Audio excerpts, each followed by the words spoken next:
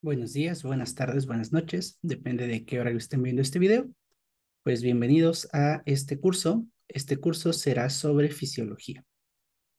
¿Por qué decidí dar un curso de fisiología? Bueno, siento que pensando en estudiantes de medicina, los cuales buscan pues el desarrollo máximo de pues sus conocimientos teóricos para el ejercicio de la medicina, fisiología es una de las asignaturas con mayor relevancia y que busca o que necesita justo bases sólidas para poder entender el funcionamiento del organismo y con ello poder avanzar en el desarrollo de cuestiones de relación entre lo normal y pues posiblemente más adelante lo patológico.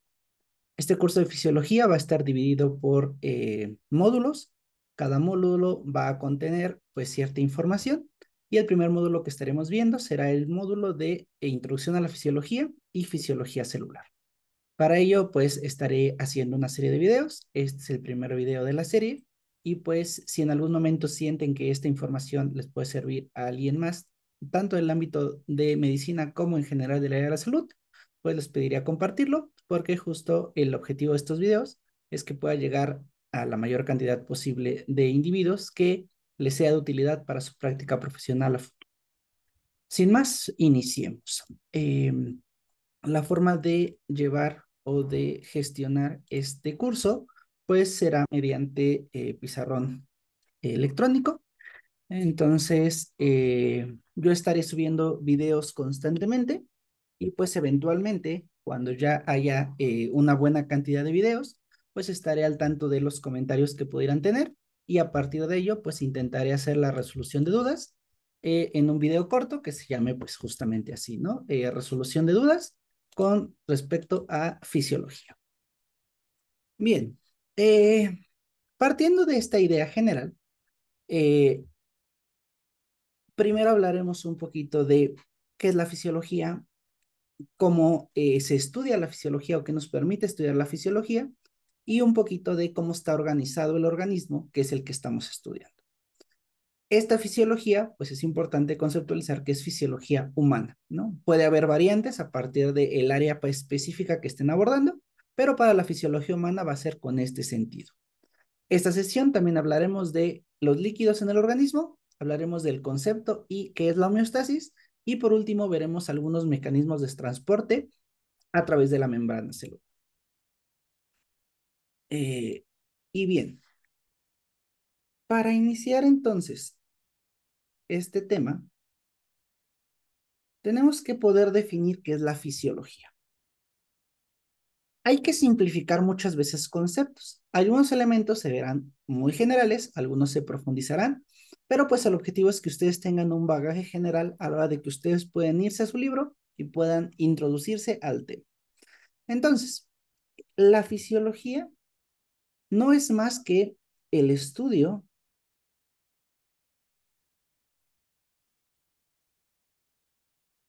del funcionamiento. ¿Funcionamiento de qué?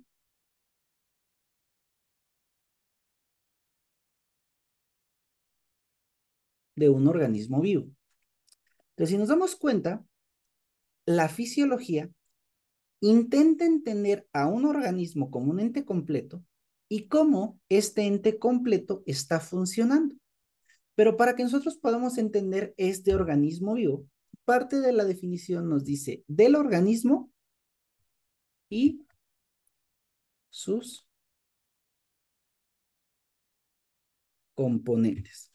Entonces, si yo quiero entender al organismo como un todo, antes de entenderlo como un todo, tengo que irlo desglosando por componentes.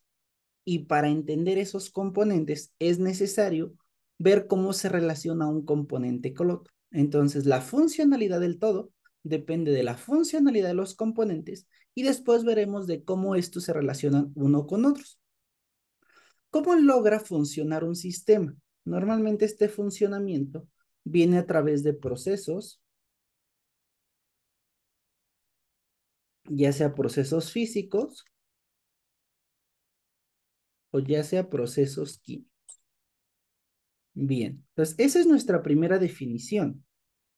Si nos vamos al origen de la palabra, podemos hablar que el término fisiología, mm, si lo traducimos, sería el conocimiento de la naturaleza. Pero nosotros tenemos que llevarlo a un contexto. Y el contexto al que lo estamos llevando es a la fisiología humana. Y entonces, no solamente yo tengo que estudiar cómo funcionan. Si yo quiero hablar de fisiología humana, lo que debo lograr al final del entendimiento de esta asignatura es la integración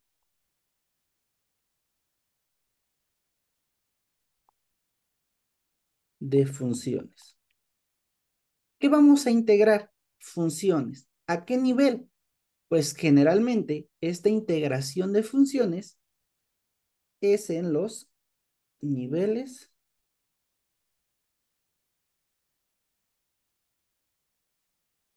de organización. ¿Qué nos quiere decir esto? Lo que nos quiere decir esto es que la fisiología, que está entendiendo cómo funciona la naturaleza, qué es la naturaleza, necesita buscar la forma de entender cómo un organismo, a través de los componentes que lo conforman, generan una funcionalidad, sabiendo que esta funcionalidad depende de la integración, la correlación existente entre uno y otro componente. Para poder estudiar los componentes necesitamos hacer niveles de organización y es lo primero que veremos en la sesión del día de hoy, ¿no? Es importante mencionar que la fisiología está considerada como una ciencia, ¿no? Y entonces esta ciencia busca explicar, busca entender a la naturaleza, cómo se originó, cómo se desarrolla y cómo ha progresado a lo largo de los años o de la evolución para que actualmente funcione. Eh, Justo el primer apartado que tendríamos que revisar es esto que consideramos como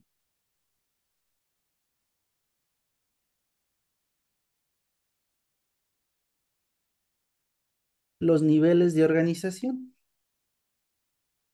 donde nosotros ya tenemos un bagaje general sobre ello y sabemos que un individuo está formado por sistemas, ¿no? Este individuo de aquí, hay ciertos sistemas, sistema cardiovascular, sistema digestivo, sistema endocrino, sistema nervioso, que están conformando. Pero para que yo pueda tener un sistema, requiero que haya ciertos órganos que formen el sistema. Estos órganos son tejidos, ¿no? Bueno, está formado por múltiples tejidos. Entonces, histológicamente, estos tejidos deben tener sus propias células y estas células, a su vez, tienen ciertos organelos que las conforman.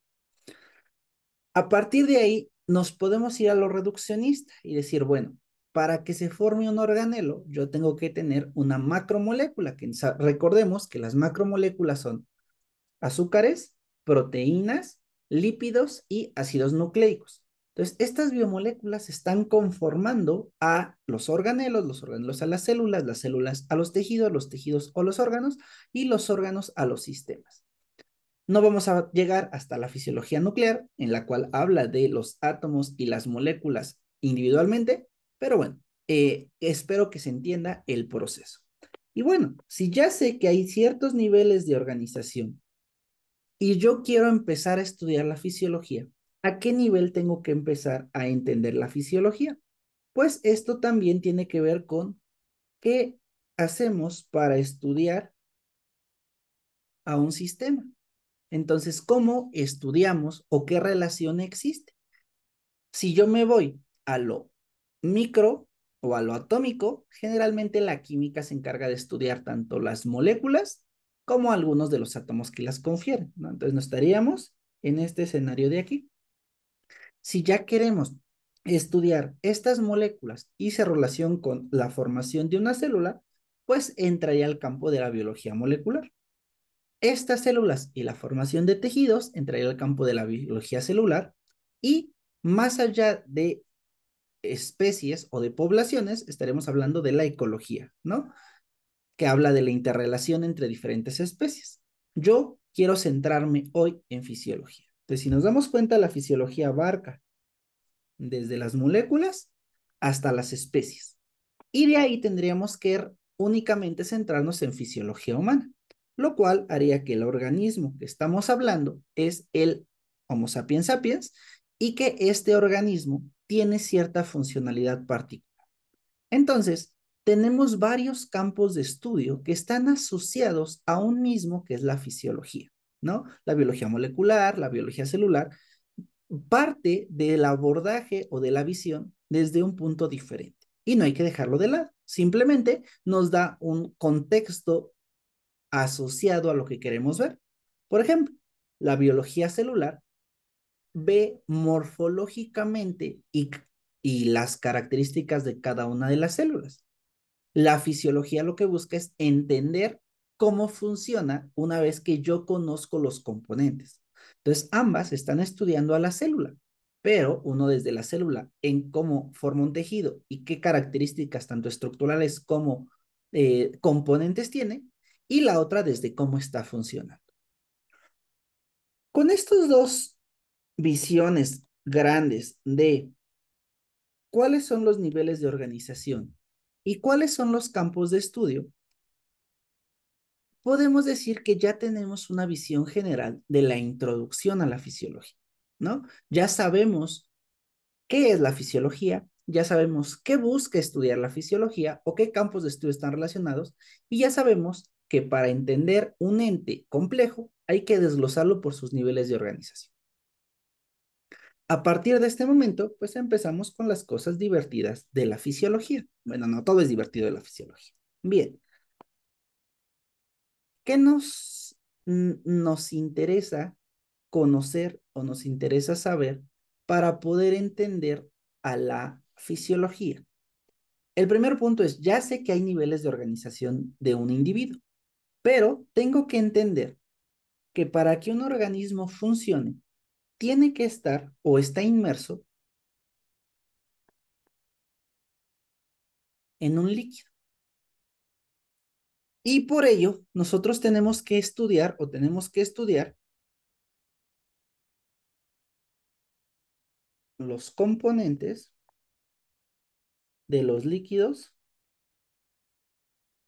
corporales. Eso es interesante. ¿Por qué? Porque cuando yo estudio a un organismo, me doy cuenta que este organismo está conformado por un todo, ¿no? Y voy a hacerlo un poco, tal vez no tan ilustrativo como se podría, pero espero que quede lo más claro posible. Entonces, bueno, ay, perdón. Estoy queriendo hacer un rectángulo y esto no me deja. Va, bueno, este rectángulo o algo así como romboide, eh, está representado el todo del sistema. Ujú. De ese todo, un porcentaje o una parte va a estar representado por agua y en la otra parte va a estar representado por células. Esta relación existente del todo, que sería mi 100%, lo podemos encontrar con porcentajes que corresponden a cada uno de ellos. Este 100% es un individuo. Y entonces yo puedo cuantificar ese individuo a través de su peso. Y entonces el 100% está representando el peso corporal total. De ese 100% que está representado y que lo puedo medir a través del peso, yo sé que no todo eso es célula, que un porcentaje que representa el 40% son células y que el otro 60% es agua. ¿Qué me dice esto? Pues ustedes saben que nosotros como individuos somos un mayor porcentaje de agua que de células. Entonces, la mayoría de nuestro extracto está inmerso en un medio líquido. Y es por ello que es súper importante que nosotros podamos entender a los líquidos que forman parte de este organismo como forma de comunicación. Y después quedará más claro este contenido. Ahora, este 40-60 vamos a representarlo, o hay que ser un poco más precisos, en que es un hombre generalmente caucásico, porque son los que utilizan de modelos, que suele pesar pues como 70 kilos, que seguramente fue modelos anatómicos que en algún momento observaron. Entonces, en un hombre de 70 kilos, pues este va a ser el peso, y de esos 70 kilos, el 60% aproximadamente es agua.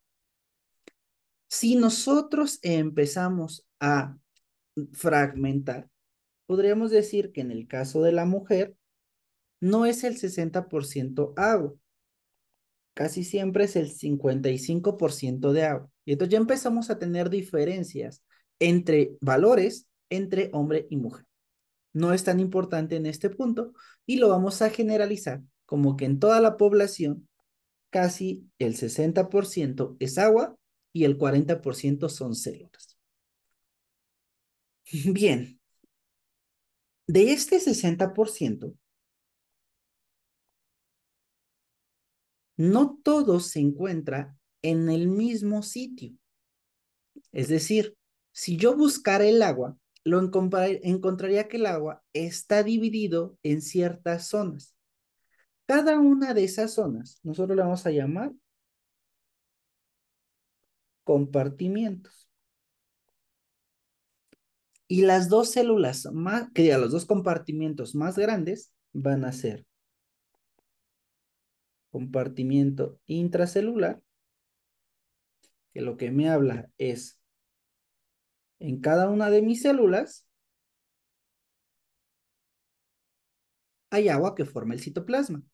Entonces, cada célula que ustedes tengan, ya dentro tiene agüita. Entonces, ya representa pues al menos la mitad de lo que es la célula. Entonces, cada célula que tienen, hay agua. Y yo también voy a tener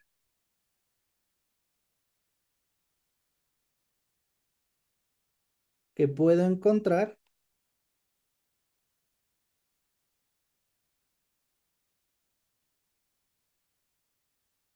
agua fuera de la célula. Entonces, mis dos grandes compartimientos iniciales son el líquido intracelular y el líquido extracelular. De ese 60%, voy a obtener que el 40%, bueno, no, perdón. Si yo intentara ver de otra forma ese 60%, tendría que poder decir, bueno, en lugar de 60% voy a representarlo como 40 y 20. Pero este 40% es relación al peso corporal total. Mi 100% sigue siendo el peso, pero lo que hice es en lugar de expresarlo como un 60%, yo lo expreso como un 40 y un 20%. Entonces, es importante que consideren el líquido intracelular representa el 40% del peso corporal total, ¿no? Entonces, es este 40% viene de aquí, pero pues sería como subdividir el agua corporal total, ¿no? Entonces, bueno, este 60%, como es líquido, yo lo puedo llamar agua del cuerpo que tengo. Entonces, agua corporal total y lo vamos a abreviar como ACT. Toda esa agua corporal está hecho en dos compartimientos.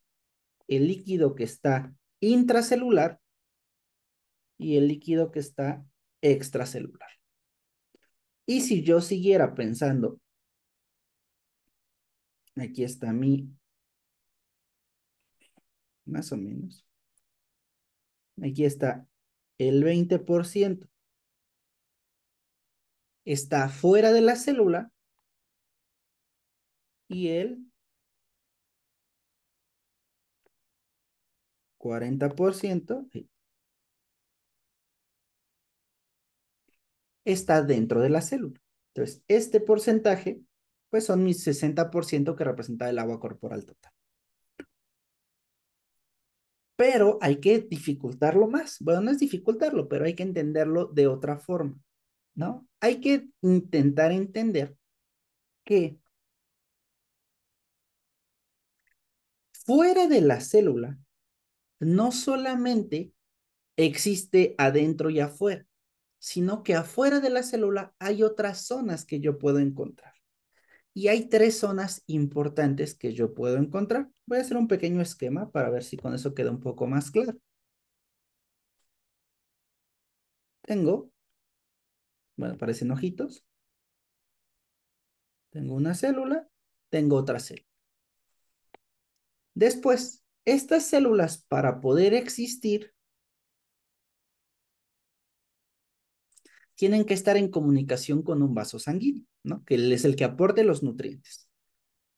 Y eso hace que yo pueda encontrar tres tipos de zonas fuera de la célula donde hay agua.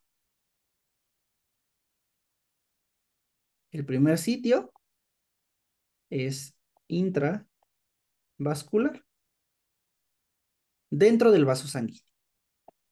El segundo es el espacio que se forma entre una célula y el vaso sanguíneo. Entonces, todo este líquido de aquí, bueno, toda esta zona de aquí, es una interfaz. Después platicaremos de las interfaces. Pero es una zona que para fines de entendimiento le vamos a llamar la zona intersticial. Entonces, esta zona intersticial representa la comunicación que va a tener la célula con el vaso sanguíneo, pero para poder comunicarse hay un líquido en medio. Ese es el intersticio. Algunos lo van a llamar el tercer espacio, pero eso ya es un poco más avanzado. Y por último, yo tengo líquido entre célula y célula. A veces es muy poquito porque las células están unidas entre sí, pero a este líquido le voy a llamar transcelular. Lo que me interesa conocer es, ok, ¿cuánto representa cada uno de estos? De este mismo 20% que es parte del peso corporal total, lo puedo volver a subdividir. Y lo puedo subdividir en un 15% y en un 5%. Vamos a dejarlo así para que sea más sencillo, pero el 5% es el intravascular y el 15% es el líquido intersticial. El transcelular o paracelular que está aquí realmente representa como un 1%. Entonces, este sería como 14 y ese sería como un 1%. No somos tan finos para estar platicando sobre ese 1%. Sepan que existe. Lo que tienen que recordar ustedes es de mi 20% que está fuera de las células, la verdad es que no es un 20%. Es que yo tengo un 15% en el intersticio y yo tengo 5% en el vaso sanguíneo. Y para reforzar esta idea, es muy importante que nosotros tengamos muy en cuenta que todo esto está en relación al peso corporal total. Entonces voy a intentar volver a hacer ay, segundito.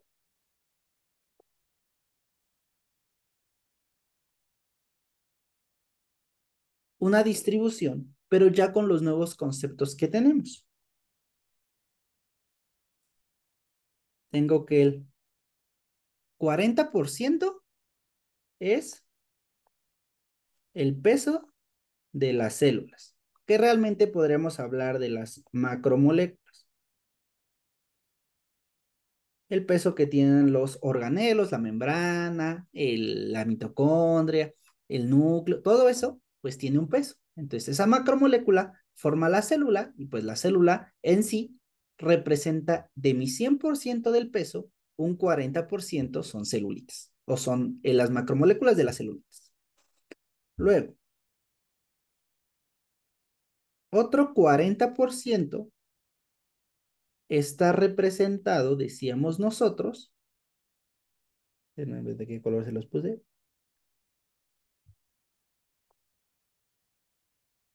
como líquido intracelular.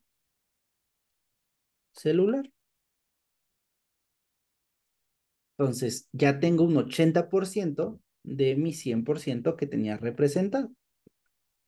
Luego, ese otro 15%, bueno, ese 20% que me queda, yo puedo decir, bueno, 15% es el líquido intersticial y el 5% es el líquido que está en el vaso. Que es el líquido intravascular, realmente lo que nos daría es la sangre que hay todo el tiempo circulando.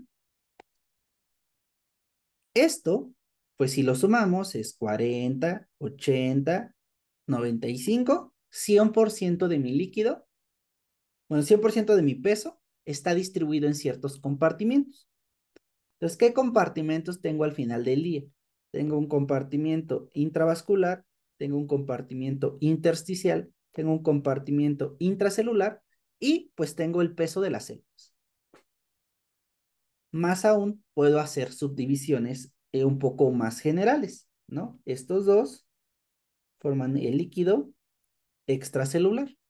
Y entonces la suma del líquido intersticial más el líquido intravascular me da el 20% que es el líquido extracelular. Y más aún, si yo considero mi, todos los líquidos que tengo, pues yo tengo mi agua corporal total. Y entonces los compartimientos que debo conocer, pues son agua corporal total, líquido intracelular, líquido extracelular, líquido intersticial y líquido intravascular.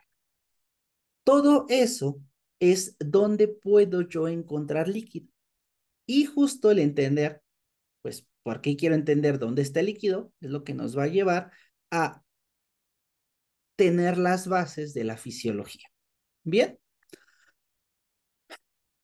un poquito de cosas en particular que nos interesa puntualizar es en este esquema existe una membrana que divide, bueno, no una membrana, una capa de células que divide el medio intravascular del medio intersticial.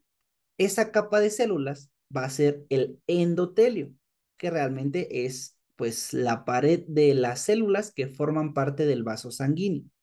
Y entonces ahí pues vamos a tener una diferencia entre los componentes que hay aquí de los componentes que hay aquí, principalmente las proteínas. Hay diferentes proteínas y diferentes células de este lado, porque de este lado no deberían existir tantas proteínas ni tantas células, ¿no? Entonces, en el intersticio casi no hay de eso. Y pues de ahí, entre una célula y el intersticio, yo encuentro a lo que se conoce como la membrana celular. Después platicaremos que algunos de estos componentes tienen características que le permiten la movilización de sustancias. Y tal vez la característica que ustedes ya conocen es algo que se considera como semipermeabilidad. Es decir, que permite que pasen unas cosas y que otras cosas no pasen tanto.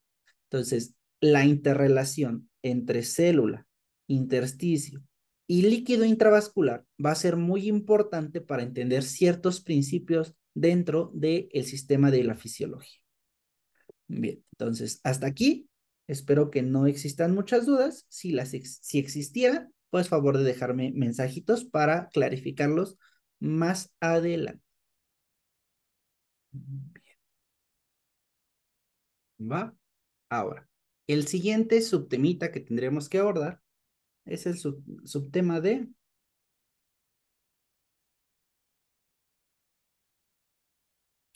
homeostasis. Eh, para poder hablar nosotros de la homeostasis, tenemos que entender un concepto, sí, un concepto que es un poquito complejo de asimilar antes de hablar de homeostasis, que lo consideramos el medio interno. Ustedes imagínense que la mayoría de las células, ¿no? Esta célula, pues va a estar nadando o embebida en un líquido. Ujú.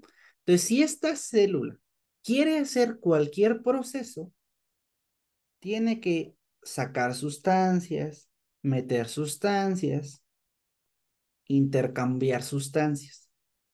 Entonces, ese líquido que está interrelacionado con la célula, ¿no? Lo podemos entender como el medio interno, ¿no? El entorno del líquido en el cual la célula interactúa. ¿Por qué? Porque si yo de repente tuviera dos células y una célula estuviera liberando mucho de una sustancia, inmediatamente estuviera esta otra célula. Lo único que puede hacer esta célula es recibir toda sustancia que está liberando la célula inicial. Para eso se crea una interfaz líquida. Una interfaz líquida que lo que busca es que no haya un intercambio directo entre las células, que no exista, sino que exista algo en medio que pueda regular los cambios celulares para que todas las células tengan las mismas características. Entonces, para que una célula no tenga que interactuar directamente con otra, yo pongo un líquido en medio que interactúe como un puente o como una interrelación entre ambas. Justo como todas las células están en estos líquidos dentro de los compartimentos, lo que hacemos es formar una interfaz líquida de regulación entre todas las células. Y como esa interfaz líquida no está solamente en relación con las células, sino también está en relación con los vasos sanguíneos, lo que logramos es que todo este líquido funcione como un solo elemento. Ese solo elemento lo vamos a considerar el medio interno. Entonces, si quisiéramos simplificarlo, algunos dicen que el medio interno es todo el líquido extracelular que está en relación con las células. Pero la realidad es que podríamos decir que es toda la interfaz líquida que permite la interacción de la célula con el elemento líquido, ¿no? ¿Por qué? Porque lo que busca mi cuerpo es mantener estable al organismo, es decir, que casi no haya modificaciones. ¿Por qué les digo esto? Porque justo el concepto de homeostasis lo vamos a dar como, vamos a decir que es el equilibrio dinámico mmm, que brinda estabilidad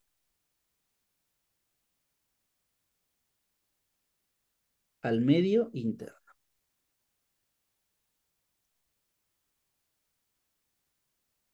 ¿Va? Aquí ya hay muchas cosas interesantes. Primero, La homeostasis busca generar un equilibrio. Este equilibrio no siempre tienen que entenderlo como un 50-50. Este equilibrio deben entenderlo como si una variable existe siempre en mayor medida, el equilibrio es que el cuerpo todo el tiempo tenga esa variable en mayor medida. Vamos a intentar explicarlo con un ejemplo muy común, que van a ser los electrolitos.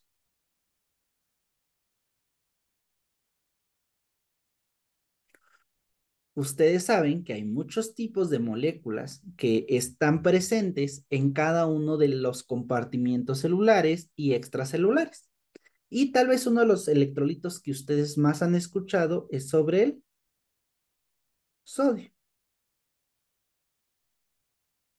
El sodio es el ion o el electrolito que más presente encontramos dentro de la célula. Bueno, pero fuera de la célula, ya le estoy diciendo cosas, ¿no? Entonces, ¿qué quiere decir eso? Que si yo tengo mi célula que está presente en mi medio interno y que está en relación con mi vaso sanguíneo, a través de la dieta va a llegar sodio a mis vasos sanguíneos. Pero normalmente hay más sodio en el vaso que sodio que existe en el medio. Después veremos algunas propiedades que hacen que lo que pase es que de donde hay más, se va a mover a donde hay menos. Y entonces de repente, cuando yo como, mucho de ese sodio, en lugar de quedarse en el vaso, va a pasar al intersticio. Ahora, mi medio interno, que forma parte del intersticio, va a tener mucho sodio, ¿no? Voy a tener una mayor cantidad de sodio afuera, voy a tener muy poquito sodio adentro. La célula está protegido por su membrana, ¿no? Esta membrana de aquí, esta membrana evita que el sodio se meta como si pudiera, pero en algún momento va a existir una compuerta o va a haber una apertura para la entrada del sodio. Y en ese momento, ¿qué va a ocurrir? Va a entrar a gran velocidad moléculas de sodio. Y entonces yo me voy a llenar, voy a poner de verdecito estas moléculas de sodio y de repente yo voy a tener una gran cantidad de moléculas de sodio dentro de la célula. Eso va a causar ciertos efectos. Ahorita no nos importa. Pero en este punto se acaba de romper la homeostasis. La homeostasis es que dentro de la célula debe haber poquito sodio. Entonces, el cuerpo tiene que retomar o recuperar su equilibrio. ¿Y su equilibrio cuál era? Tener poquito sodio dentro. Entonces, lo que va a hacer es decir, bueno, primero cerramos las puertas. Ya no puede entrar más sodio. ¿Qué hacemos con todo el sodio que se quedó adentro? Pues hay que buscar una manera a través de ciertas proteínas de sacar este sodio. Oigan, pero estoy sacando de donde hay poco sodio a donde hay mucho. Allá afuera hay mucho sodio. Entonces, ¿cómo voy a hacer para sacar de donde hay poquito a donde hay mucho? No importa, gasta energía. Tú gastas energía y entonces lo que haces es lograr sacar a todas estas moléculas de sodio. Y entonces, aunque el medio interno permitió la entrada de sodio a la célula busca recuperar su equilibrio sacando de nueva cuenta el sodio. Entonces, este concepto de homeostasis, si nos damos cuenta, es regresar al equilibrio, regresar a lo que la célula conoce como normal, pero no solamente regresar a lo normal, sino que es un constante movimiento de cosas. Por eso es un equilibrio dinámico. Se está moviendo de un lado para otro Y lo que hacemos es que todo el tiempo se mantenga en los mismos valores, como a través de mecanismos celulares, químicos y físicos, para que todo el tiempo esté nivelado el asunto. Entonces, si me doy cuenta, el entender el equilibrio no quiere decir que estamos siempre 50-50, más bien que siempre tenemos las mismas características, siempre estamos normales. Y uno de los ejemplos puede ser la temperatura corporal, ¿no? No es que todo el tiempo tengan que estar en, eh, no sé, en 40 grados centígrados. ¿Por qué? Porque la temperatura del ambiente de repente está en 23 grados centígrados. Entonces, si yo quisiera estar en equilibrio con la temperatura, tendría que bajar mi temperatura a 23, pero yo sé que mi temperatura en 37, 37,5 está bien. Entonces, yo mantengo mi temperatura. La homeostasis que genero es mantener los niveles de temperatura normales, a pesar de que el ambiente tenga niveles diferentes.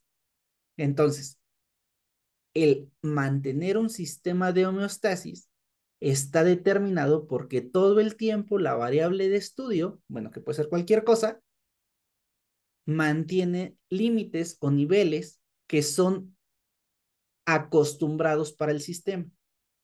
Ese sistema se puede adaptar, que después hablaremos de esas cosas, pero antes de la adaptación hay un límite considerado normal que el cuerpo siempre va a buscar y que siempre lo va a encontrar a menos que haya situaciones de enfermedad.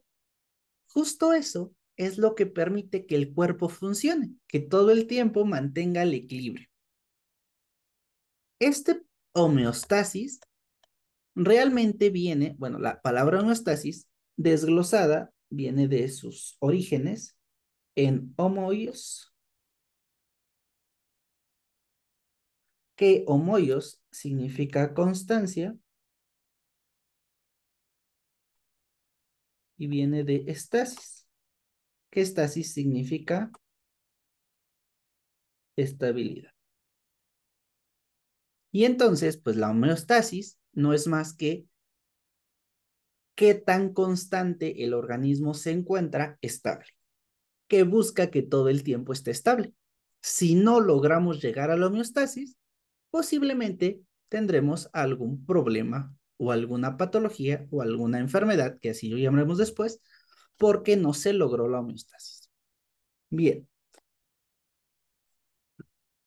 también es muy importante considerar que eh, la relación existente entre moléculas no solamente depende de dónde hay más, depende de su carga, depende de su naturaleza química, depende de su capacidad de movilizarse, ¿no? ¿Qué vamos a permitir? Pues casi siempre vamos a permitir el movimiento de líquidos, el movimiento de iones, que en este caso eran los electrolitos que les decía, que estos iones pueden ser iones positivos, que le vamos a llamar cation, o van a ser iones negativos, que les vamos a llamar anión. Y cada uno de los compartimientos tendrá más o menos para buscar todo el tiempo mantener el equilibrio, ¿no? Siempre si yo tengo mucho sodio aquí, pues es una forma de que no esté todo este sodio en contacto directo con las células que tienen poquito. Entonces yo mantengo mucho sodio en la sangre y poquito en la célula. Y al revés, si yo otro cation que voy a considerar es el potasio, yo tengo mucho potasio dentro de la célula y tengo muy poquito potasio en el vaso. Si nos damos cuenta, el medio interno está sirviendo como una interfaz de comunicación para que donde hay mucho no esté en contacto directo con donde hay poco, sino que vaya intercalando las sustancias a tal forma de que lo mantenemos en una variable constante. Eh, y listo, ¿no? Hasta ahí, pues si hay alguna duda, pues me la dejan en la cajita de comentarios, pero pues bien, ya que tenemos claro, bueno, espero que tengamos claro el concepto de homeostasis y el concepto de cómo está haciendo mi organismo para regular a través del medio interno la estabilidad dinámica, bueno, la estabilidad dinámica del organismo, pues nos interesa entender y cómo controlamos esto, ¿no?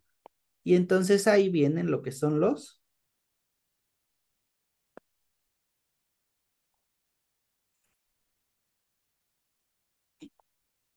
sistemas de control. Al hablar de sistemas de control, van a ser mecanismos que hacen que la estabilidad esté presente, ¿no? Entonces, un sistema de control tiene como objetivo mantener la estabilidad. Uh-huh. Y para nosotros poder controlar el, el sistema de control, requiero pues que alguien esté haciendo la regulación de todo. Entonces después veremos que hay sensores, que hay efectores, que hay centros de integración, que hay centros cerebrales que se dedican a una u otra cosa, y al final lo que hacemos es ver los cambios, adaptarnos a los cambios y generar respuestas a esos cambios. Entonces casi siempre estos sistemas lo que hacen es mantener el control. ¿Cuáles son estos sistemas? Van a ser dos. El primero se llama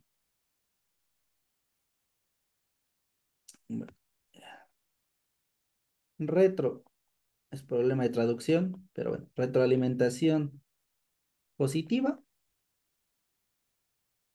y el otro se llama retroalimentación negativa. La retroalimentación positiva, ustedes tienen que recordarlo como el que amplifica. Después pondré como en qué consiste y ejemplos de ello, pero ahorita quédense con la idea de la retroalimentación positiva amplifica el efecto que quiero. Mientras que la retroalimentación negativa va a reducir la respuesta.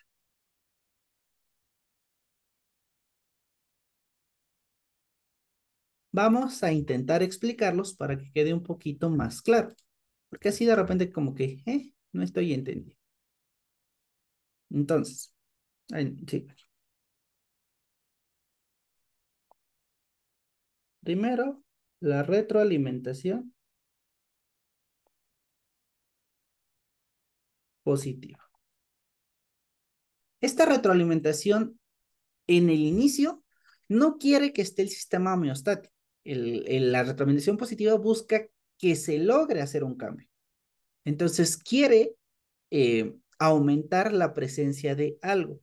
Es un sistema generalmente de compensación o un sistema reflejo para que esta variable se acabe de cambiar completamente.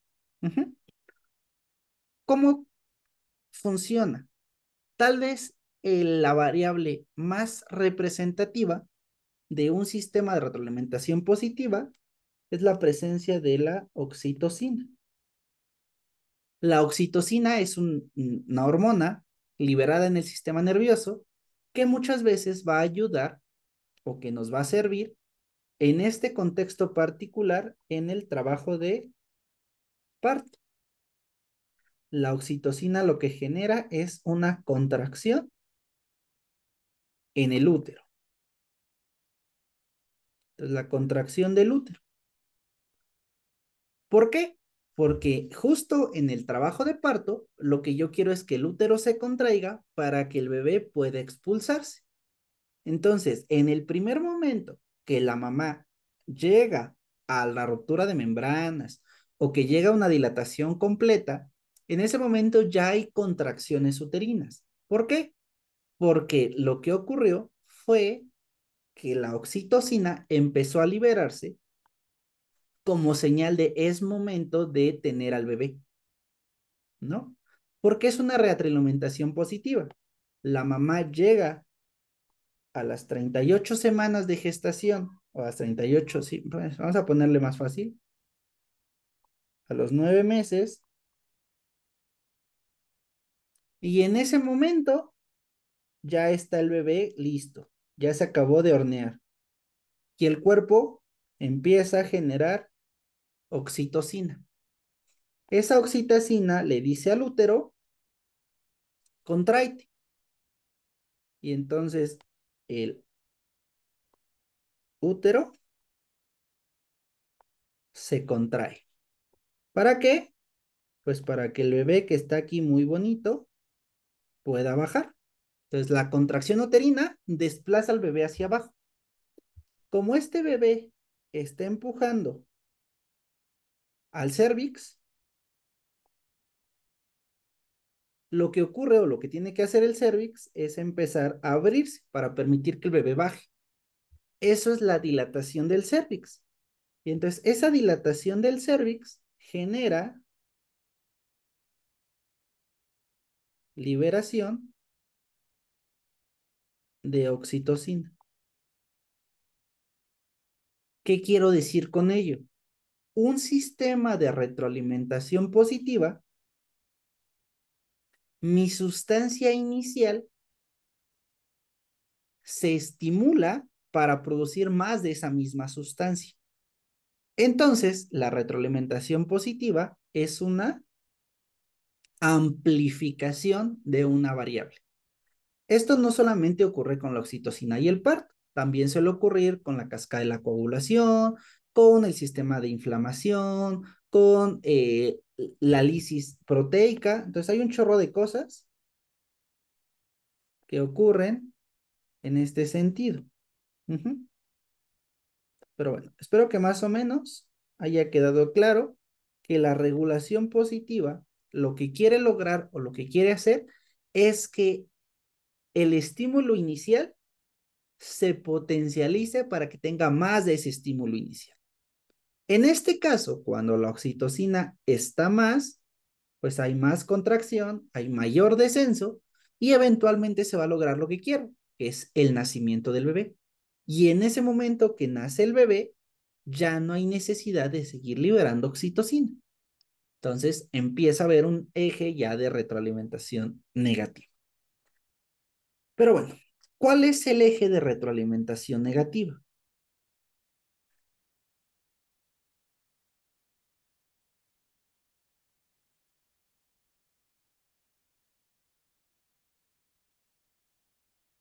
El eje de retroalimentación negativa, casi siempre lo que buscamos es que la variable inicial, una vez que se generó, descienda. Tal vez hay muchos ejemplos de ello. Vamos a pensar en un ejemplo sencillo como el corazón. ¿Mm? Entonces, el corazón, cuando ustedes hacen ejercicio, normalmente lo que va a hacer es aumentar la velocidad en que las, entonces, la velocidad en que está latiendo el corazón. Entonces, aumentamos la frecuencia cardíaca. Esa frecuencia cardíaca aumentada va a ser sensada. Entonces, va a haber un sensor que se da cuenta que la frecuencia cardíaca aumentó. Y entonces este sensor le va a decir a mi sistema nervioso, en este caso al sistema nervioso autónomo, el sistema parasimpático, que no es importante en este momento, que regule la frecuencia cardíaca. Y entonces este sistema nervioso va a generar un efecto. En este caso particular, que es una regulación negativa, va a ser el efecto contrario. Entonces, si mi efecto inicial era aumento de la frecuencia cardíaca, mi efecto contrario va a ser disminución de la frecuencia cardíaca.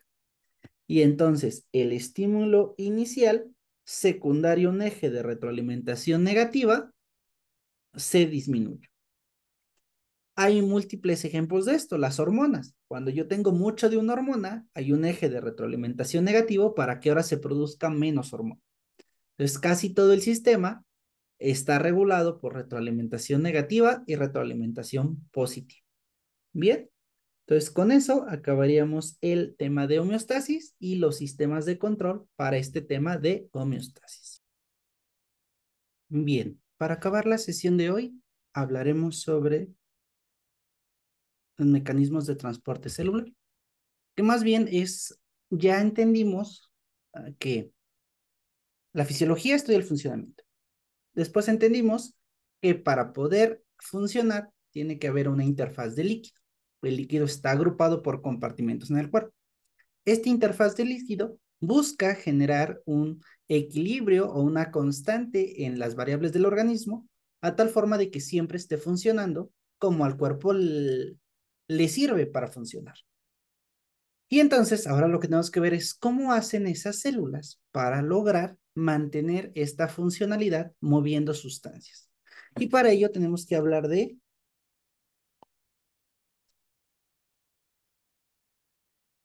mecanismos de transporte. Hay varios mecanismos de transporte que tenemos que conocer o considerar y por ahora, antes de ello, pues hay que practicar. Este es el tema y el primer punto que vamos a abordar son las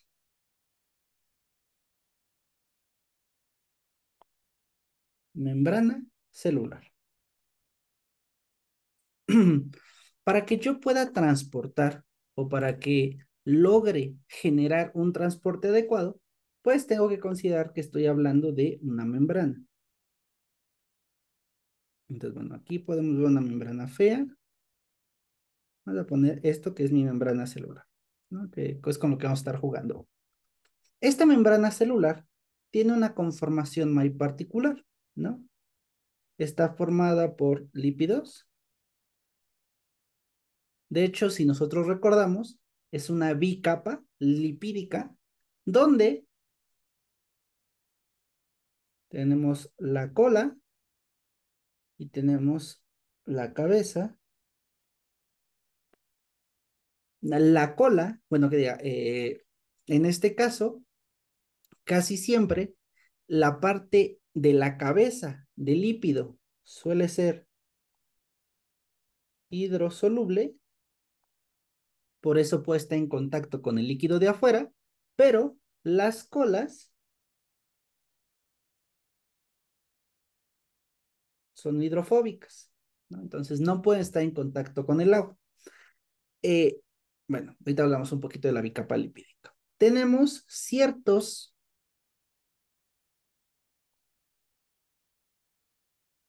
macromoléculas de tipo proteico que cada una de estas proteínas tienen múltiples funciones, ¿no? Pueden funcionar como receptores, pueden funcionar como enzimas, y en este caso, el componente más importante del cual vamos a utilizar o vamos a conocer la proteína es para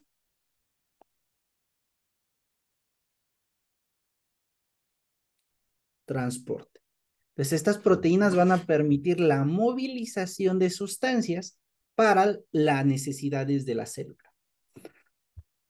También esta membrana tiene carbohidratos que no son, bueno, sí son importantes, pero no para esta clase. Entonces, al final de cuentas, lo que más no me interesa es que ustedes recuerden que en la membrana celular hay tanto lípidos, que pueden ser fosfolípidos, como pueden ser ésteres de colesterol, y va a haber proteínas que funcionen como múltiples cosas. Ahora, ¿por qué me importa que sepamos que es una bicapa lipídica? Esta implica que la conformación de la membrana hace que de este lado pueda haber líquido, que de este lado pueda haber líquido, pero que el líquido no pueda vivir o pueda encontrarse en el centro. Entonces, eso genera que normalmente el líquido busque formas de atravesar la membrana. ¿Qué formas tiene para atravesar la membrana? Pues muchas veces va a ser que tenga ciertos canales donde aquí tenga un orificio donde el agua puede atravesar. Después veremos que esas proteínas particulares reciben el nombre de acuaporinas. Pero bueno, ¿qué nos dice eso? Que no todas las sustancias van a poder atravesar con libertad la membrana. Y justo por eso a la membrana se le considera una membrana semipermeable. La permeabilidad va a ser la capacidad de atravesarlo. Y como es semipermeable, solo algunas sustancias pueden atravesarla. ¿Qué sustancias? Los que la célula necesita. Hay moléculas que la célula no necesita y por ende nunca van a poder atravesar la membrana. Para eso, pues existe. Mientras mayor modificación en los componentes, cada característica o cada célula va a tener una membrana diferente, pero nosotros lo vemos como casi siempre lo mismo. Ahora, muchas de estas proteínas o forman parte de la estructura de la membrana, que se va a llamar proteínas integrales, o están como satélites dentro de la membrana, que son las proteínas periféricas. En este caso, nos van a interesar más las que son integrales. Estas proteínas integrales sirven como transportadores y los voy a dividir así como muy someramente en canales, los cuales tienen una abertura en el centro, por lo que pueden pasar ciertas moléculas, o los vamos a considerar transportadores. Es decir, que su conformación química favorece que una sustancia se pueda pegar y pueda atravesar esta proteína y pasar de un lado para otro. Entonces, esas son las dos funciones principales que nos van a entender en el transporte de las proteínas. Bien, la mayoría de los mecanismos de transporte, que es el tema que vamos a ver, dependen del tamaño de la molécula. Entonces, hay en el mecanismo de transporte, que es el segundo punto que veremos, suele haber movilización a partir de el tamaño que se tenga, ¿no? Aquellas que tienen un gran tamaño o aquellas moléculas grandes necesitan ser rodeadas por la membrana. Pues la única forma de hacer eso es mediante los procesos de internalización. A todo eso, así como a grandes rasgos, se le llama endocitosis. Que pues dentro de esta endocitosis hay que recordar que tenemos la fagocitosis, que bueno, pueden verlo en la parte de inmunología. Las moléculas pequeñas, que son las que nos interesan para este ejemplo, bueno, para este entendimiento del transporte en este momento, tienen dos formas de movilizarse, a través del gasto de energía o a través de no gastar energía. Y entonces las moléculas pequeñas se van a mover mediante transporte pasivo o mediante transporte activo. Las del transporte activo gastan energía. Uh-huh. Y bien, ¿cómo va a ser o cómo tenemos que entender o conceptualizar este transporte? Vamos a ver que el tercer punto de esta sesión es conocer los diferentes tipos de transporte y tenemos que aprender difusión, tenemos que aprender ósmosis y tenemos que entender eh, pues todas las restos de tipos de transporte que vamos a dejarlos como mediados por proteínas.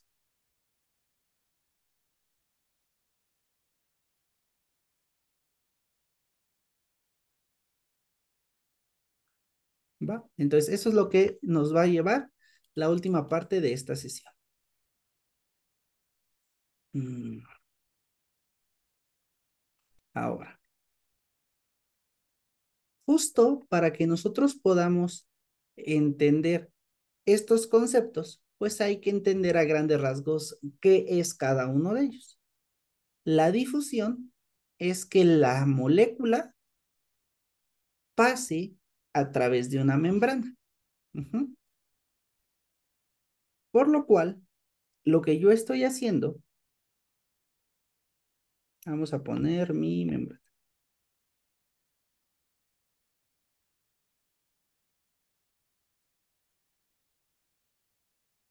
Entonces, para yo entender esta, necesito entender que generalmente la molécula o la sustancia tiene la capacidad de cruzar esta membrana, pero para poder cruzarla, o debe pasar entre las moléculas o debe utilizar un canal, ¿no? Cualquiera de las dos cosas funciona. Pero, ¿qué necesito entender para entender el proceso de difusión? La dirección. Entonces, cualquiera de estas cosas es movilidad, ¿no? En la difusión, siempre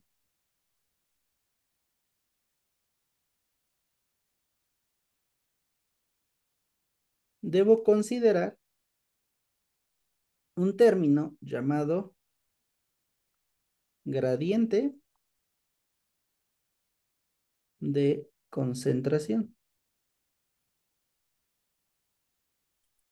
El gradiente de concentración en el concepto de difusión dice las moléculas que pueden atravesar la membrana o atravesar un canal dentro de la membrana se va a mover de donde hay mucho a donde hay poco.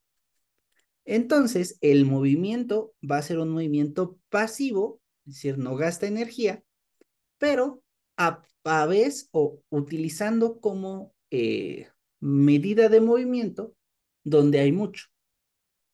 ¿Buscando qué? Aquí sí buscamos que exista un equilibrio. Cuando hay la misma cantidad de moléculas del lado izquierdo que del lado derecho, ya no hay un gradiente de concentración porque ambas se equilibraron. Entonces, en ese momento, la difusión se detiene porque ya está igual de un lado que del otro. Entonces, la difusión, para entenderlo, es el movimiento de sustancias de forma pasiva a través de un gradiente de concentración en una membrana permeable. ¿Qué implica una membrana permeable? O que la sustancia puede atravesar los lípidos o que en la membrana hay una proteína que sirve como canal, que está abierto en el centro y por ahí puede atravesar la sustancia, ¿no? Cualquiera de esas dos cosas es posible. Bien, si eso era la difusión, ¿qué es la ósmosis? La ósmosis va a ser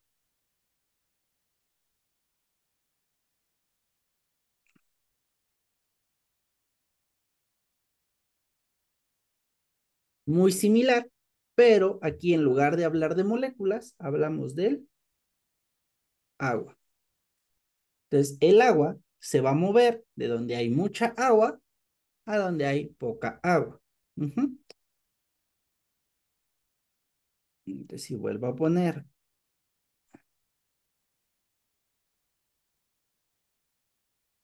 mi membrana celular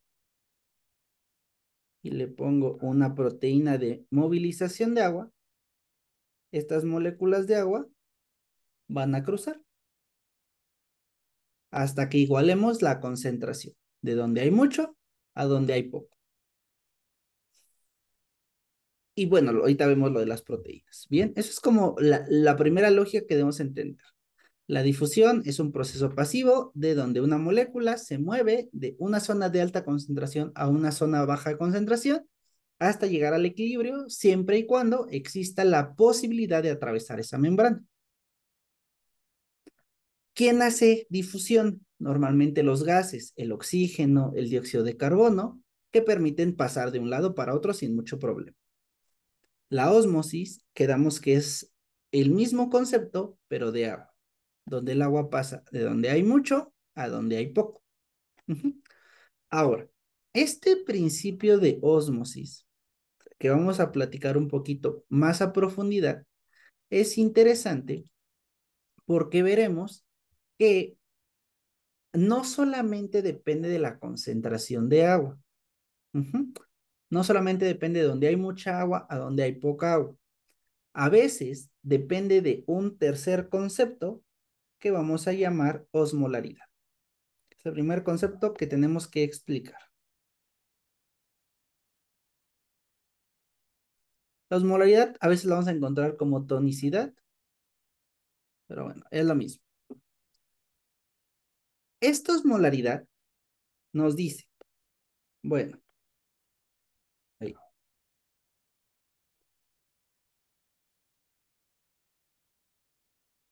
si yo tengo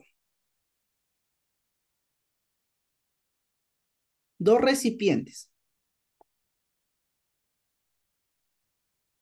y aquí tengo mucha agua y aquí tengo, bueno, aquí tengo mucha agua y aquí tengo poca agua, la ósmosis me decía, esta agua se va a desplazar de donde hay mucho a donde hay poco y se va a equilibrar, ¿no? Hasta ahí no hay problema con la ósmosis. El gran problema es que, o lo que yo quiero que conceptualicen, que no siempre mis conceptualizaciones van a ser los mejores ejemplos, pero pues espero que con eso se les facilite el entendimiento. De este lado,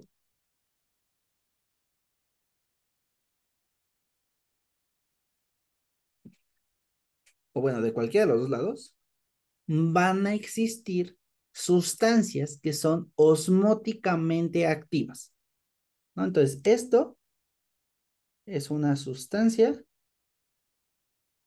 osmóticamente activa. ¿Qué quiere decir eso? Que por existir va a reclutar agua. Por eso yo las veo como secuestradores de agua. Imaginemos que esta sustancia osmóticamente activa tiene la capacidad de secuestrar dos moléculas de agua, ¿no? Vamos a poner un ejemplo que me acabo de inventar. De este lado tengo 10 moléculas de agua. De este lado tengo 2 moléculas de agua.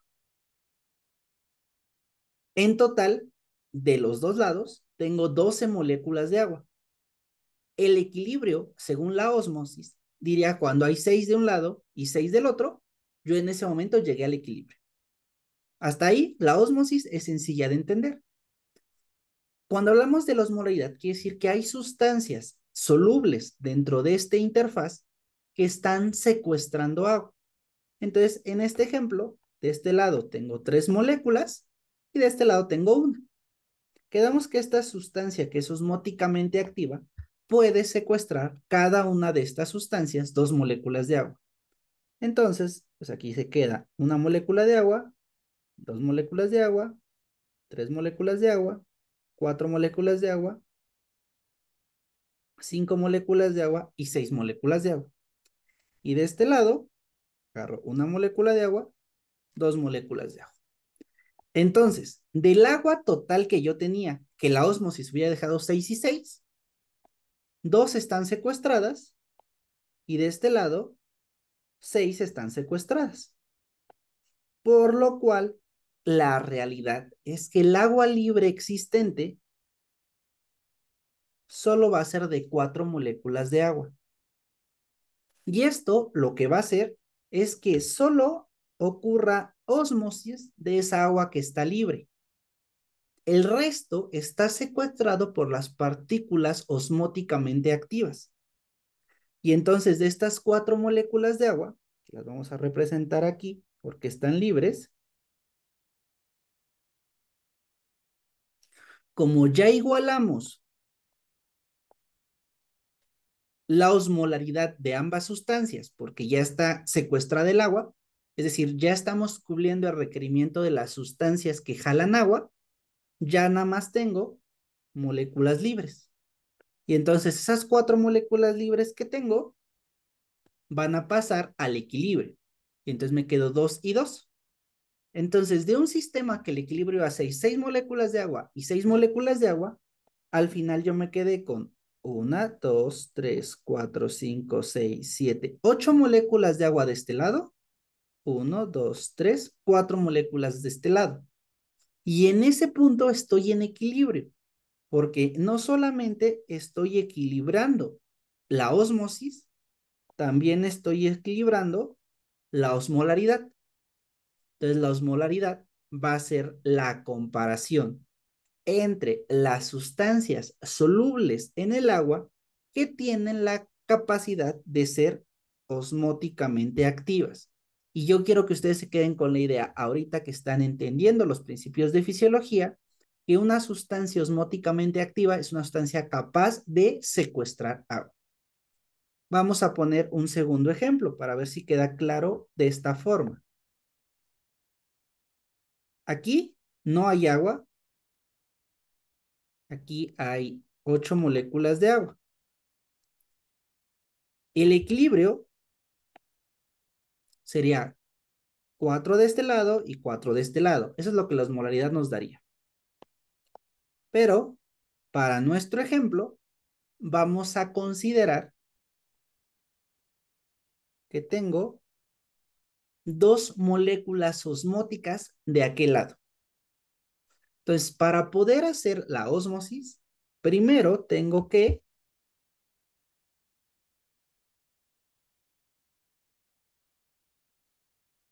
considerar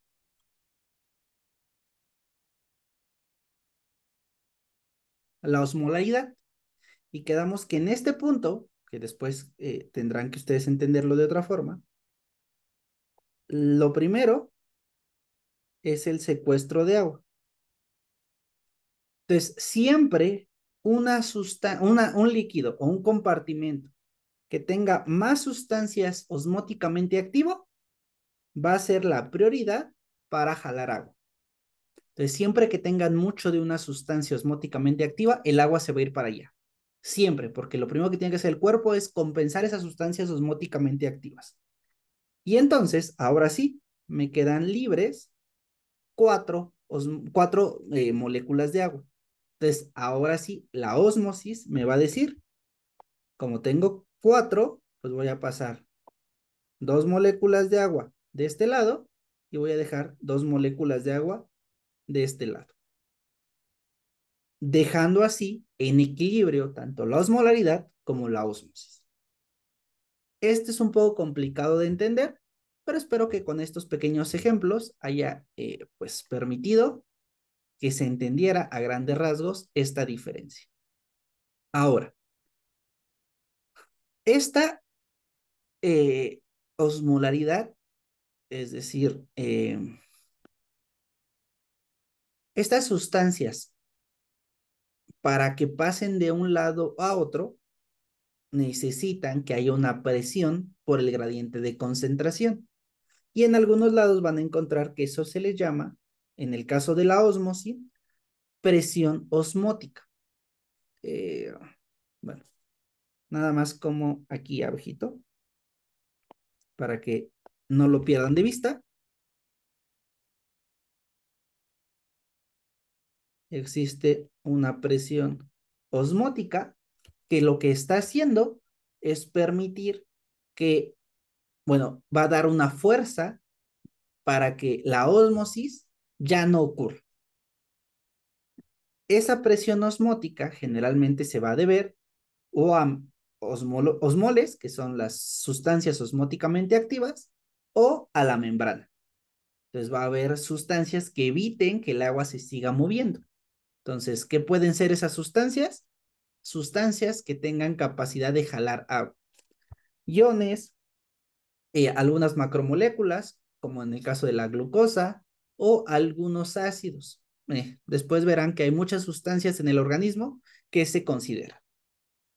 Va, entonces, eso me permite entender la osmolaridad y la ósmosis. Espero que haya quedado claro. Después veremos la difusión. Difusión es pasar una sustancia de un mayor grado de concentración a un menor grado de concentración. Este paso a través de gradientes de concentración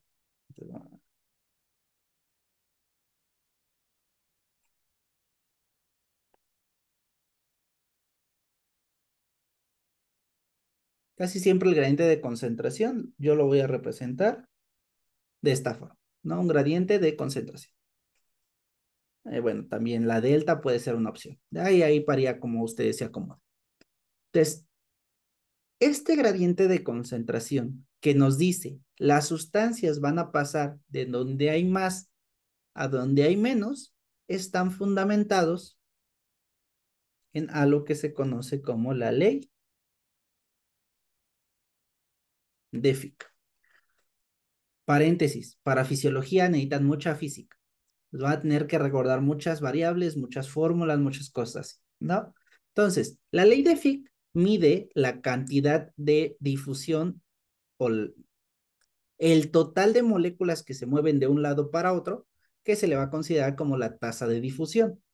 Entonces, ¿qué mide la ley de Fick? Mide qué tan rápido se mueve una sustancia de un lado a otro. Uh-huh. Entonces,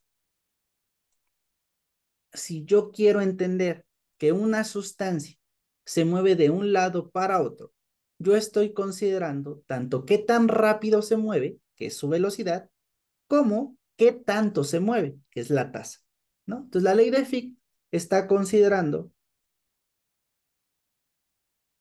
la velocidad de difusión y la ley de Fick está considerando la tasa. ¿Qué tantas moléculas se están moviendo? Para ello, pues tiene una fórmula que dice, la velocidad de difusión de una molécula es, está determinada por, bueno, cuánto de esa molécula se mueve, es decir, la difusión. La célula o la zona que está permitiendo esta movilización, pues tiene un tamaño determinado. Es decir, no es lo mismo que tenga una membrana celular de 1 micrómetro que tenga dos membranas celulares de 2 micrómetros.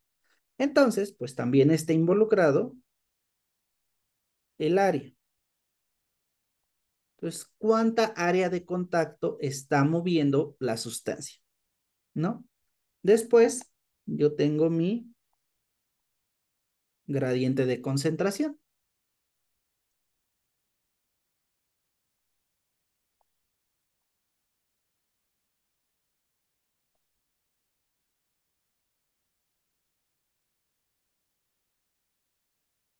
Y por último, yo voy a tener mi membrana.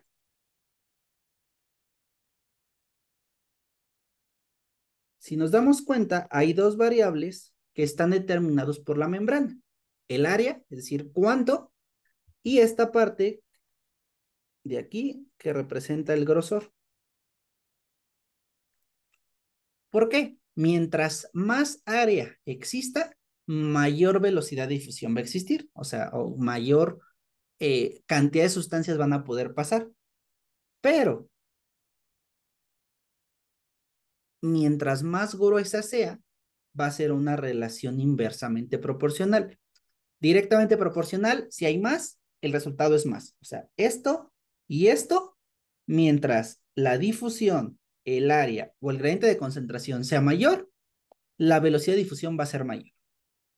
Los componentes inversamente proporcionales quiere decir que mientras más grande sea este valor, más chiquito va a ser este valor. Entonces, mientras más gruesa sea la membrana, menor capacidad de difundir va a tener la sustancia. Mientras menor sea el grosor de la membrana, mayor será la capacidad de difundir de esa sustancia. Y entonces, pues esta fórmula nos va a permitir entender que a mayor difusión, o sea, mayor gradiente de concentración o mayor área, vamos a tener una mayor velocidad de difusión. Mientras menor grosor de la membrana, va a tener mayor velocidad. Entonces, esas son las variables que aumentan la velocidad y pues todas las contrarias van a ser menor a la velocidad. Muchas veces, cuando tenemos que ver si una molécula puede o no puede difundir, va a tener varios parámetros necesarios para entender esta difusión, ¿no? Tal vez algunos de ellos que siempre tienen que considerar es qué tan grande es la sustancia, qué tanta carga, es decir, si es positivo o es negativo, existe, y pues cosas que ya vimos en esta fórmula, el gradiente de concentración o el grosor de la membrana. Entonces, prácticamente estos son modificadores de la difusión. ¿Va? ¿Qué más les tengo que platicar? Un poquito de el entender cómo se mueven, pues tiene que ver con a lo que son las cargas que existen en la membrana. Esto lo vamos a dejar pendiente para cuando veamos realmente lo que es transporte, el potencial de membrana, tanto en reposo como activo, porque eso determina mucho si mueve o no mueve una sustancia. Pero bueno, ahorita no lo metamos mucho. Los gradientes de concentración casi siempre van a moverse hasta el equilibrio, entonces no hay gran pierde. Pues mientras haya más de una sustancia, va a intentar equilibrarlo con el otro lado. Existen modificadores de ello, por ejemplo, si es una proteína, la saturación, es decir, si tú tienes 100 moléculas de este lado y tienes 0 moléculas de este lado, el equilibrio sea 50 y 50. Pero si tú solo tienes 3 moléculas que mueven de uno en uno, pues lo máximo que puedes meter es 3 moléculas por vez. Entonces, aunque tú quisieras meter las 50 de golpe, si no hay una proteína que sea lo suficientemente capaz de internalizar todo, pues no vas a poder mover de golpe los 50 para llegar al equilibrio. Entonces, muchas veces eh, el proceso de difusión se ve alterado por la capacidad de la proteína o del transportador de moverlo. Eh, ¿No? ¿Cómo puedo yo entender más de esto? Pues creo que el Guyton es el que tiene la mejor información sobre el tema de difusión. Entonces, no les recomiendo libros, pero bueno, los de siempre, Guyton, el Bernard Levy, el Silverton, y bueno, si quisieran profundizar mucho más en algún tema, pues siempre váyanse al Boron, ¿va? Pero bueno, para acabar, ya, ahora sí, último cuadrito de la sesión de hoy. Nos falta platicar de los transportes. Yo les decía, hay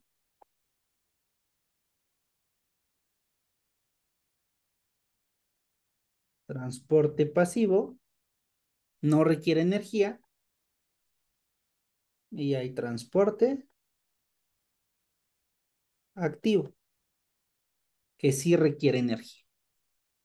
Entonces vamos a platicar lo más posible de estos antes de acabar la sesión de hoy. Primero hablemos así como a grandes rasgos, cuáles son cuáles, y ya luego podemos entrar. Entonces, el transporte pasivo está determinado por lo que acabamos de ver.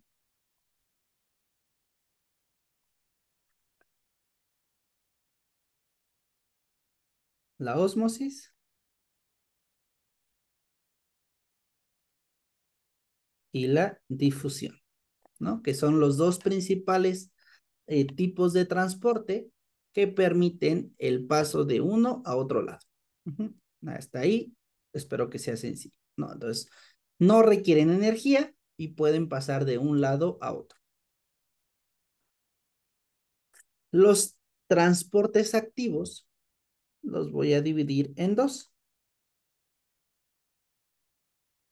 El transporte activo primario y el transporte activo secundario. Ujú. Estos dos transportes, pues realmente lo único que hacen es gastar energía para mover sustancias, ¿no? Y pues esa es la finalidad de los transportes. El transporte activo primario, bueno, ¿qué implica que sea un transporte activo? está gastando energía y que sí o sí requiere una proteína transportador, que va a ser la proteína encargada de mover de un lado a otro lado. Generalmente, el transporte activo primario lo que hace es mover una sustancia en contra de su gradiente. ¿Esto qué quiere decir? Va a mover moléculas de donde hay poco a donde hay mucho. Eso es ir en contra del gradiente de concentración. ¿Cómo lo van a lograr? Generalmente porque la proteína de transportadora que tienen va a ser una bomba que gracias al gasto energético va a lanzar una molécula de un lado a otro. Esto va a generar normalmente el cambio, eh, bueno, eso lo veremos después, pero el cambio de polaridad de la membrana. Muchas veces la molécula o la célula dentro tiene que tener cargas negativas y eso lo logra porque tiene muchas proteínas, pero eso hace que las cargas negativas atraigan cargas positivas. Entonces, casi siempre cuando abro un canal, entran cargas positivas y eso desequilibra la homeostasis de la célula.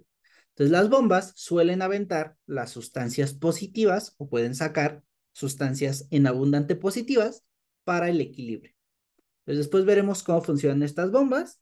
La bomba más común o el ejemplo que más utilizamos para explicar es la bomba sodio-potasio, que lo que va a hacer es sacar al sodio, porque hay mucho afuera y hay poquito adentro, entonces va a sacar del poquito sodio de adentro que se está metiendo, lo va a sacar y en su lugar va a meter potasio. Entonces, eso hace una bomba. Hay bombas de sodio, hay bombas de calcio, hay un montón de bombas de hidrogeniana, hay bombas para todo, ¿no? Entonces, las bombas utilizan energía. ¿Qué energía?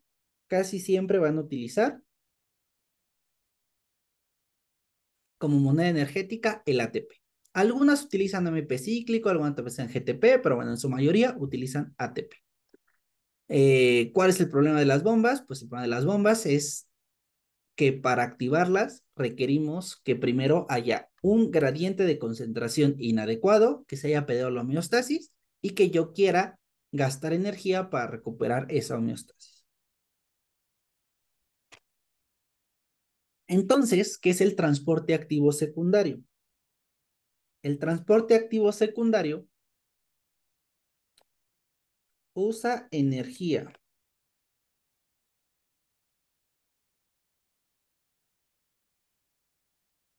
generada por alguna otra cosa. A veces puede ser gradientes de un transporte primario o a veces puede ser energía que se haya obtenido de algún proceso celular. No, pero bueno, usa energía generada de otro proceso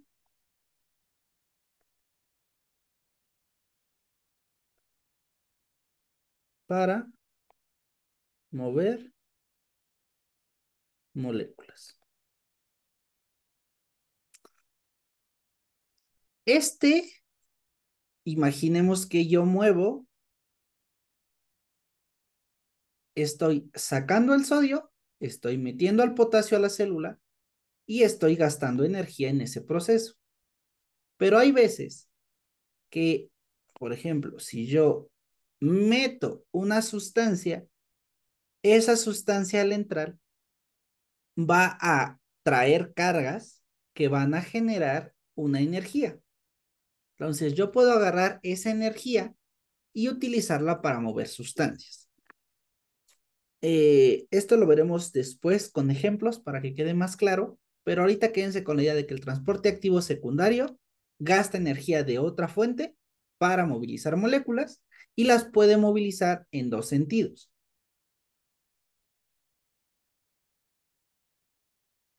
son, bueno, se le llama cotransporte o sin porte y cotransporte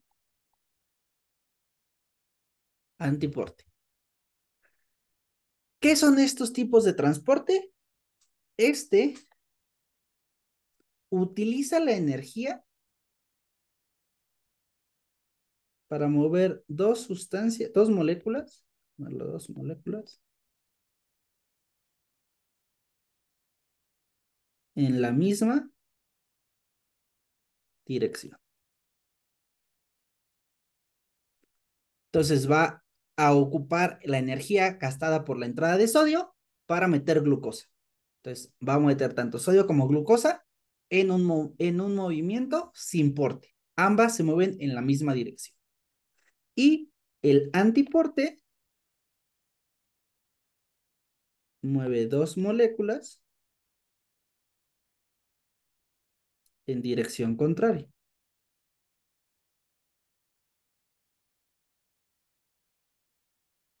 Entonces aquel mecanismo antiporte va a aprovechar la salida de calcio para la entrada de sodio, ¿no? Entonces, la movilización o el gasto de energía para sacar una sustancia, utilizo este mismo mecanismo para meter una sustancia. Entonces, estoy haciendo que la sustancia, una vaya para afuera y una vaya para dentro, y por eso se llama un transporte antiporte.